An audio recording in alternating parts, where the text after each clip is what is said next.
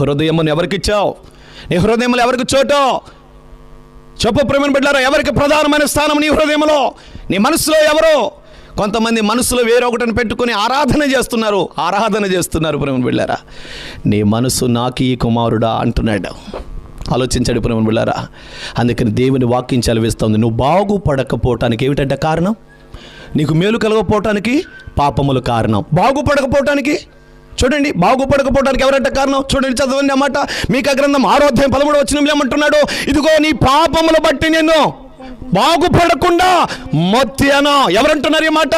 సృష్టికర్త అనే దేవుడు ఎవరితో అంటున్నాడు? తన పిల్లలతో అంటున్నాడు. ఇలా అంటానికి కారణం ఏమిటి అంటే, ఒకని జీవితంలో తను చేస్తున్న ఆ పాపము, అతిక్రమము అతన్ని ఏం చేస్తుందయ్యా అంటే బాగుపడకుండా చేస్తుంది, వర్ధిల్లకుండా చేస్తుంది, గొప్పవాడు కాకుండా చేస్తుంది, సమాధానంగా ఉండకుండా చేస్తుంది, ఆరోగ్యం కాకుండా చేస్తుంది, ఆస్తి అంతస్తులు కలిగి ఉండకుండా చేస్తుంది, దేని స్థితిలోకి వెళ్ళిపోయేటట్టు చేస్తుంది.